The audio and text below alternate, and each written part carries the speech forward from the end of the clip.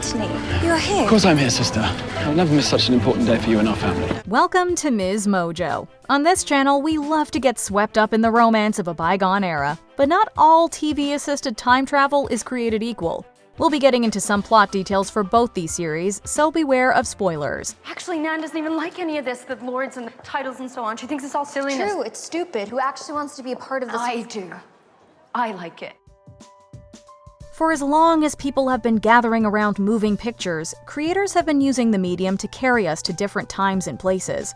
Set in an alternate version of Regency England, Bridgerton debuted over the 2020 holiday season when more people than usual were looking to their media for an escape. The show was an overnight smash success for Netflix.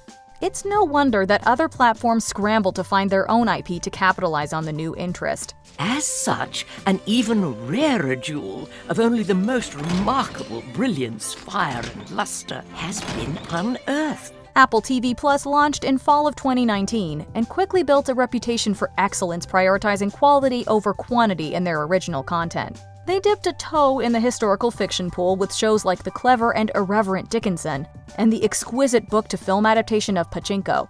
날 잊을 수 있을 것 같아? 정말로?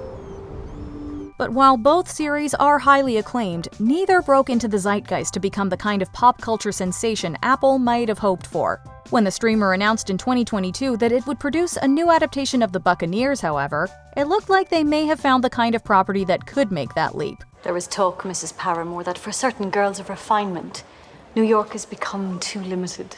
Very limited, I quite agree. Yes, I quite agree too. On paper, no pun intended, Bridgerton and the Buccaneers share some commonalities. Both are book adaptations, with Bridgerton being based on a contemporary series by Julia Quinn, and the Buccaneers adapted from Edith Wharton's unfinished final novel. What are you reading? A book. Yeah, I think I heard of that. Both heavily feature young women in pursuit of love and marriage as they navigate high society. And both use historical elements and real traditions like the London social season as a framework for the fictional drama of their plots to unfurl.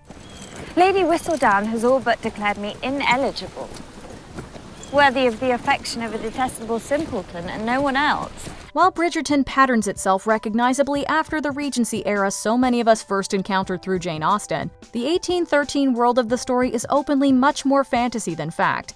From the canonically addressed integrated population of the Ton to the almost confection-like visual aesthetics, this London has the fairy tale quality of a garden in eternal bloom.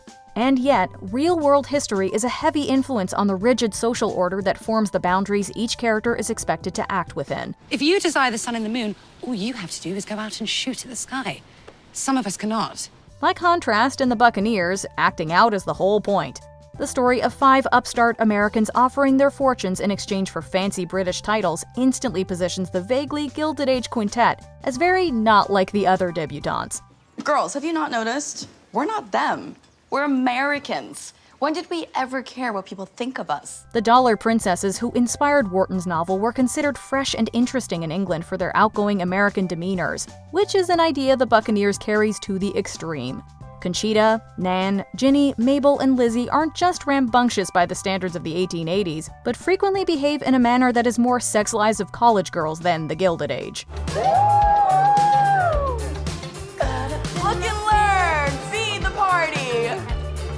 We are told that society as a whole disapproves of their antics, but the 4 are rarely in the company of society enough for this to carry much weight. Though they cross the Atlantic to join in on the London season, the series quickly sends its characters to the country where they drink, dance, and carry on, frequently in the company of young, unmarried men. We'll get a reputation for What, not being miserable? Well, I'm happy with that. There would be an almighty row, and you know it. Ginny, you do know I'm married, right?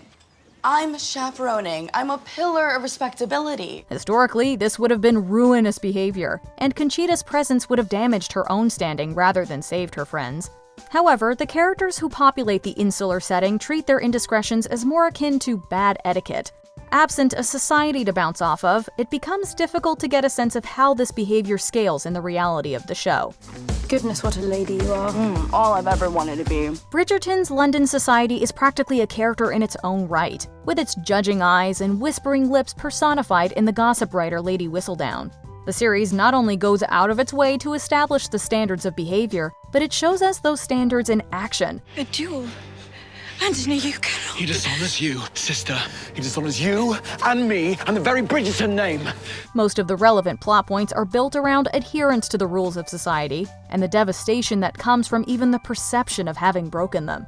And characters like Eloise Bridgerton not only stand out in contrast to their surroundings, but are also forced to reckon with the repercussions when they flout convention.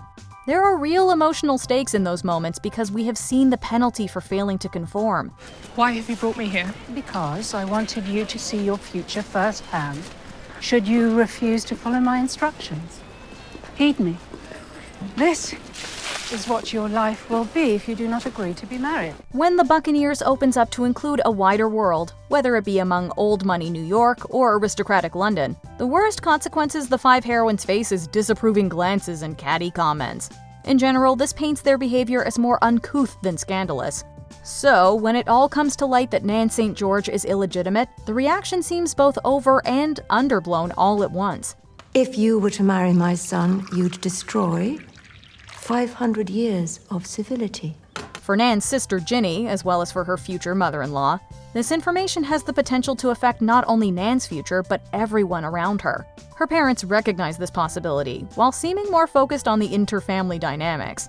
And for Nan herself, it is keeping secrets that's the real problem, with apparently no concern for the nature of the secret. I am proud to be... I'm proud to be... I'm really sorry for having lied to you. Her view is reinforced when Theo, who is a duke with all the social expectations that implies, treats her birth status as a minor inconvenience for the sake of love. Not only does he hand-wave the issue away, he behaves as though it wouldn't have enough impact on any of their lives to be worth caring about. Well, lucky Nan to have fallen for a man so big-hearted and charitable, and with the means to be able to disregard her secret. The showing and telling never quite matches up. Are we supposed to believe that Theo is that naive, or that Ginny is overreacting? You say your past is a lie, Nan, but your future, it won't exist. Here we see the Buccaneers trying to have its cake and eat it too. It wants the breathless drama of high society scandal, in an era where reputation was supreme, but does not want to be constrained either in having to establish clear rules or follow them. There's a lack of specificity in all aspects of the production that make the show feel less like period escapism and more like a run-of-the-mill teen drama. Conchita, we've seen your moves. Come and sit back down. We're doing the move. Shall we, Conchi?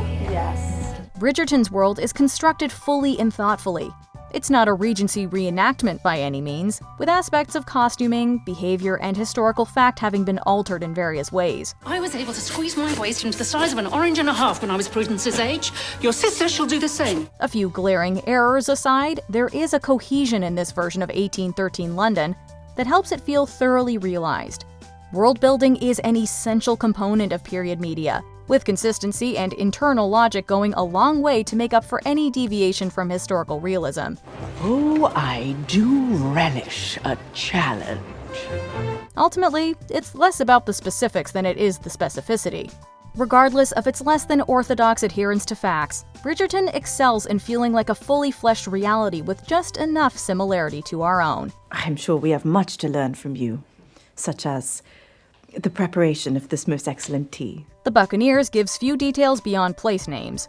The year of the story isn't explicitly stated, and the aesthetic choices give no hint. Lady Wildtime's keeping watch. Hi, Honoria.